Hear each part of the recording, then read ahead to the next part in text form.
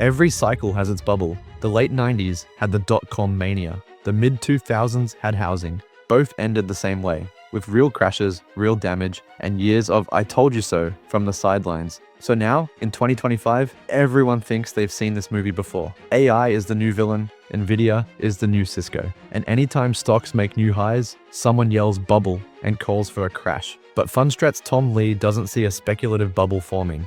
He sees the early stages of a structural shift, where productivity, profits, and liquidity are all expanding faster than the market can price in.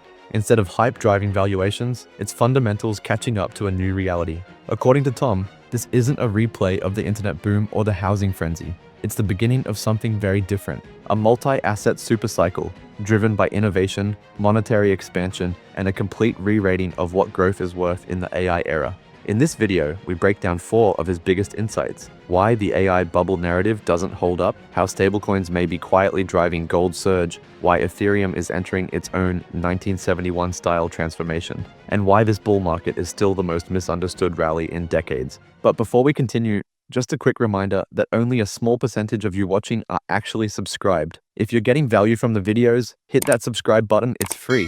It supports the channel, and you can always change your mind later. Let's get back to the video.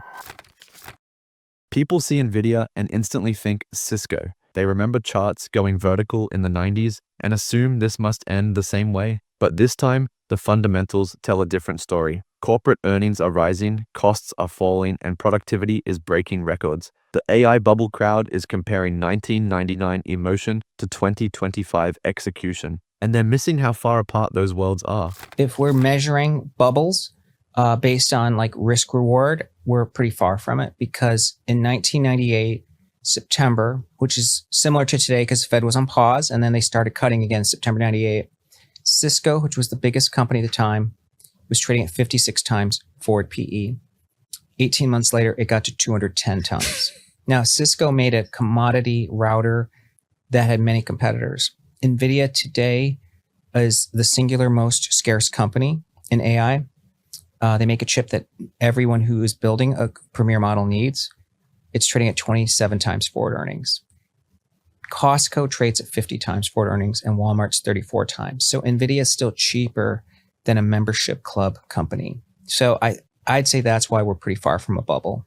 And when you bring that up to people who are skeptical or critical of kind of the AI companies, what is their response to that? I think people then say, well, there's a generalized stocks are expensive problem. And because I was just in Latin America, and that's what a lot of the pension clients said. But to me, the problem people have is that stocks are trying to discount the future. And AI is not only a labor replacement, so we can calculate, job replacement, and that's a use case. But then there's this agentic and super intelligence potential, which creates productivity. So how do we discount that in the stock prices today? I actually think stocks are still cheap. And I know Jensen was in New York recently, met with some analysts, and I think a lot of the takeaways people had is that in the AI world, companies, enterprises that are spending are starting to see payoff on the AI spend, which means spending is picking up. I actually think AI spending is actually accelerating. Well, it always is funny to me how people are yelling bubble, but the more people who yell bubble, it seems like the less likely we're in one. Yeah. Then how do you have a bubble if every time you hear an AI CEO open their mouth, they're like, we can't keep up with demand, right? And then on top of that, the earnings reports are coming out, and there's companies that are $1 trillion+ market caps that are like, we're growing faster than we thought we were going to grow. We're driving more profitability with less employees, which means that they're becoming more efficient, more productive. Hence, they should be more valuable, right? Yeah. Yeah. And you make a key point, because I've experienced 3 bubbles in my 3 decades doing research. The biotech bubble was the most recent. The one before that was the housing bubble. And the one previous to that was the internet bubble.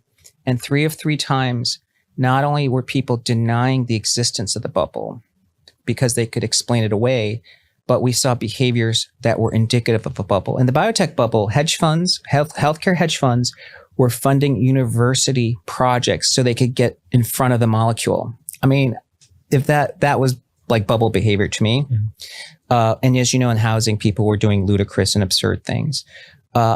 That's not happening in AI. In fact, everyone's so measured in AI today that it doesn't feel like a bubble. When Tom breaks down the numbers, the contrast is striking. Cisco at 210 times earnings versus Nvidia at 27 times. That's not speculative mania, that's compression waiting to re-rate. And after that clip, you can feel the shift in perspective. Nvidia isn't a maybe story, it's a margin machine.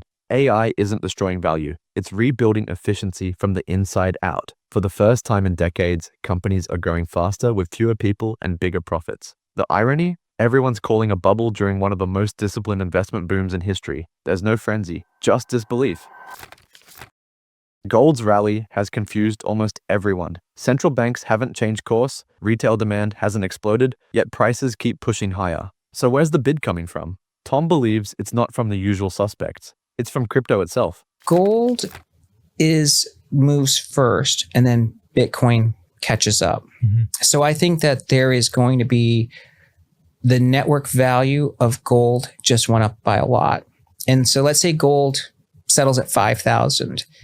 That puts fair value of Bitcoin, like 1.6 to 2 million if it matches gold's network value. So I think it's actually helping Bitcoin's future terminal price. So you think that if gold settles at 5,000, Bitcoin, if you take the gold market cap divided by the number of Bitcoin, then you get 1.6 to $2 million per coin. What's the time frame for us to get there? Well, I can see that in 5 years for Bitcoin. So I think 5 years. Yeah. I think That'd Bitcoin. Yeah, I think Bitcoin doesn't get capped by gold. It actually gets pulled up by gold. And then, because it's growing the monetary base, right? And then this year, gold's up 60-ish%, Bitcoin's up 18 to 20%, depending on the day. Do you think that on December 31st of 2025, we'll actually look back and could Bitcoin have outperformed gold in 2025, even though it has such a big lead right now? Yeah, we have a lot of time. We have 10 weeks. As you know, Bitcoin makes its move in 10 days a year. So are Bitcoin's best days in the fourth quarter? Probably, because we have catalysts, the Fed's easing. We have a shutdown that's been risk off. We have China-US tensions that, look, every time there's a headline on China, like Bitcoin takes a gut punch, right? Because it is money flows and deleveraging. So that goes away. We have seasonality that favors stocks moving up, and stocks moving helps Bitcoin. So to me, the chances of Bitcoin having a huge fourth quarter are really high, and not all of these would be tailwinds for gold. So I wouldn't count. I still think it's possible for Bitcoin to hit 200,000 by the end of the year. Once he lays it out, stablecoin issuers quietly accumulating gold as collateral, the puzzle fits. Every new tokenized dollar adds organic demand to the metal underpinning it. Liquidity is looping between the analog and digital worlds. That has massive implications for Bitcoin. If gold's network value is rising, Bitcoin's ceiling rises with it. Gold at $5,000 doesn't just reward gold bugs. It rewrites Bitcoin's fair value north of $1.6 million. Tom's point isn't about a price target, it's about a mechanism. The more money the world digitizes, the stronger both hard assets become. Gold and Bitcoin are no longer rivals in ideology, they're partners in liquidity. If Bitcoin is sound money, Ethereum might be sound infrastructure. Tom sees its trajectory mirroring Wall Street's reinvention after 1971, when the US abandoned the gold standard and financial engineers built the modern system around a synthetic dollar. We're watching the same playbook unfold, this time on-chain. But Ethereum, we've been writing about, is probably in a super cycle, similar to what happened to Wall Street in 1971. Because in 1971, the US withdrew from the gold standard. So the dollar became actually synthetic, completely synthetic. So Wall Street stepped in to make sure the dollar stayed the reserve currency. So they built futures, CDs, money markets, and it succeeded because within 10 years, even though the dollar was only 27% of GDP, it became 53% of central bank reserves and 80% of all financial market quotes. So the yen didn't win, the Deutschmark didn't win, or the French franc. In 2025, we're tokenizing more than just the dollar. The stablecoin is the breakout product, which is a tokenized dollar. But as you know, Larry Fink, Robinhood, they want to tokenize everything on the blockchain, and they're going to build it on a neutral public chain, which is right now, 70% of that is happening on Ethereum. So Ethereum is experiencing that same 1971 moment where Wall Street's rebuilding everything onto a blockchain, which we think it'll be Ethereum. Ethereum could recover its Bitcoin Ethereum ratios 2021 highs, that would put Ethereum at around 21,000 per token. So it's I think an undervalued asset. And by acquiring more and staking it, we benefit from the power law. And so it's been successful so far. Bitmine is the 30th most traded stock in America today, trading $2.1 billion a day. And it benefits from, I think, our clear communication. We publish a monthly chairman's message that explains our thesis around why Ethereum is in a super cycle and why Bitmine is continuing to acquire and stake its Ethereum. Now, I'm going to play devil's advocate for you because a lot of people are going to listen to this. And the people who like Ethereum are going to be like, he's a genius. I agree with everything he said. Why do you only say 21,000? It's going to 100, right? Or whatever crazy number. I think the people who don't like Ethereum fall in two buckets. There's the Bitcoiners who don't like anything other than Bitcoin. And then there will be the like Solana or Avalanche or whoever, like, they believe in kind of this smart contract thing, but it's just, I have a different favorite horse, right? To the Bitcoiners who say all of the altcoins are not valuable, how do you kind of talk through with them why they're wrong? I'm a Bitcoiner myself. I think Bitcoin, and we explained this in our presentation, is digital gold. So it's storing value, and it stores value and it moves value exceptionally well. I mean, Bitcoin is really sound money. I'm a believer in that. But Wall Street is going to be building products and tokenizing products. They're not going to be building on the Bitcoin blockchain, because they need a smart contract platform. Mm-hmm. And as you know, if you look at whether Solana or Ethereum, if you look at the total value locked, about a third of that value, gross value, becomes the intrinsic value of the chain. Like that's been the floor for Solana and Ethereum. Mm-hmm. The global economy is 80 trillion, but it's understating because GDP is a final sales concept. So let's say it's 120 trillion. You can't put 120 trillion onto one public chain, mm-hmm. because like this Ethereum would be like, $20 million because there's just so much value locked up on it. So there's going to be room for more than one L1. But Ethereum has been the place that's been capturing more than 2/3 of all the creations. It's had 100% uptime, but almost every project that's been announced is a layer 2 on Ethereum. So, I mean, I'm not against Solana or Avalanche or these other chains, but as an institutional grade blockchain, Wall Street's building it on Ethereum. As Tom explains, 70% of tokenization today runs through Ethereum. BlackRock, Goldman, Robinhood, all roads lead to the same settlement layer. That's why Bitmine is amassing 3.2 million ETH and staking it for yield, positioning Ethereum as the base layer for everything that comes next. After hearing him, the analogy clicks. Bitcoin is the reserve. Ethereum is the rails. When Wall Street rebuilt finance around the dollar, it sparked a generation-long boom. Now it's rebuilding finance around code, and ETH is the monetary base for that system. Tom's $21,000 target isn't hype, it's arithmetic. If Ethereum simply reclaims its historical ratio to Bitcoin, that's where it lands. The bigger story, institutions are already migrating. They just haven't told retail yet. And if you want to stay ahead of the market to spot when it's heating up or flashing those rare buy signals, join the Crypto Nutshell, my free 5-minute daily newsletter. You'll get quick, actionable insights and the latest news that actually moves markets, all delivered straight to your inbox every single morning. Just hit the first link in the description and enter your email to join. Let's get back to the video. Markets are at record highs, earnings are strong, liquidity is easing, and yet sentiment looks like 2008. This is, as Tom calls it, the most hated rally ever. I can empirically show it's the most hated. One of the best measures of large investor sentiment is the AAII Net Bulls Index, bulls less bears, because it's been run for 40 years. This year, it's averaged minus 11.7.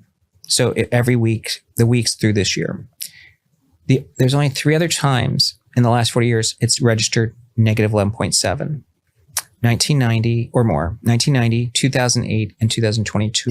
All were bear market years. So sentiment reads as if we're in a bear market and the market's up 15%. year to date. Why is it the most hated? I think we show this in our research that it's based on political divide. So the country is 50-50 Republican Democratic. But in the stock market world, and there's Pew Research data on this, 57% of professional money managers are Democratic. 66% of hedge funds are Democratic, and something like 69% of venture capital funds are Democratic. Interesting. So the risk capital world didn't vote for Trump. So they view his policies as that of someone who is destabilizing to the economy. In the bond market, it flips. 80% of credit managers are Republican. So that's why this year the bond market hasn't been, high yield spreads have been stable, credit spreads have been stable, but the stock market's been volatile. I mean, it's fascinating to think about, I think the generalization is like the Republicans are the business and the investors and, stuff like that. And they're the ones who are kind of going full risk on because of these policies. But what you're actually making the argument is, no, wait, majority of hedge fund managers and venture capitalists are Democrats, and they are just very defensive. They're actually negative on the potential outlook. Yeah. And so in a weird way, politics kind of is breaking some people's brains in terms of objectively looking at the market. Yes. And you can see it maybe in the economic commentary this year. Mm-hmm. How many economists have said, oh, tariffs are going to cause a recession, or tariffs are going to cause an inflation surge? That is actually a very subjective argument, because tariffs are a tax. And if we treat it as a tax, taxes are not inflationary. So we never say it's inflationary. But the economists who are portraying it as inflation I think they're taking a specific view that makes it an inflation argument. Mm-hmm. So in other words, there's some sort of bias in that statement. I, back in March and April, was very loud about the fact that tariffs were not going to be inflationary. And I found out weeks later that reporters, people that I knew, no one wanted to ask me directly. So they were asking people who work here in our office, like, does he actually believe this stuff? Like, is he crazy, mm-hmm. right? Or whatever. And I was like, I'm just looking at data, right? Like, I laid it out there, whatever. And now in hindsight, I realized that it was the political viewpoint of evaluating it. And there was an article that was written, and somebody wrote, MAGA shill, or whatever the terminology was. And I was like, I'm like the most independent, I've like constantly said about independence, whatever, but it was just like, if you believe that the tariff policy was good, you immediately got put in a political bucket. Yeah. It's like kind of fascinating to then think about how people allocate their capital. Yeah. And it actually creates brain rot in the quant systems, because quant systems pull off published commentary. So they see inflation. So the machines are trained to think it's inflationary and they interpret everything. So it's polluting the whole lens. And I think it's affected how equity risk managers did risk. His data proves it. Investor sentiment averaging negative 11.7, a reading usually seen in deep bear markets. But the S&P is up double digits. The disconnect isn't economics, it's emotion. Tom's research traces it to politics. Most of the professional money, hedge funds, VCs, asset managers, leans one way politically, and they simply don't like the current policy backdrop. Their bias becomes their forecast. Meanwhile, credit markets, dominated by the other side, show zero fear, tight spreads, healthy flows, stable risk. When ideology infects models, even algorithms start trading narratives instead of numbers. That's why rallies born in doubt often end in disbelief, and why the biggest gains come when sentiment is most divided. Markets don't move on feelings, they move on liquidity. Across every idea, Tom's message converges on one theme. This isn't a bubble, it's an evolution. AI is rewriting productivity. Gold and Bitcoin are merging the old and new monetary bases. Ethereum is becoming the backbone of tokenized finance, and the market skepticism is setting the stage for the next major expansion. Tom Lee's edge has always been simple: ignore noise, follow data, and understand cycles. Every time investors declare the top, they forget that innovation plus liquidity never dies quietly. The world isn't overvalued. It's still catching up to what's already changed. And as always, disbelief gets liquidated first.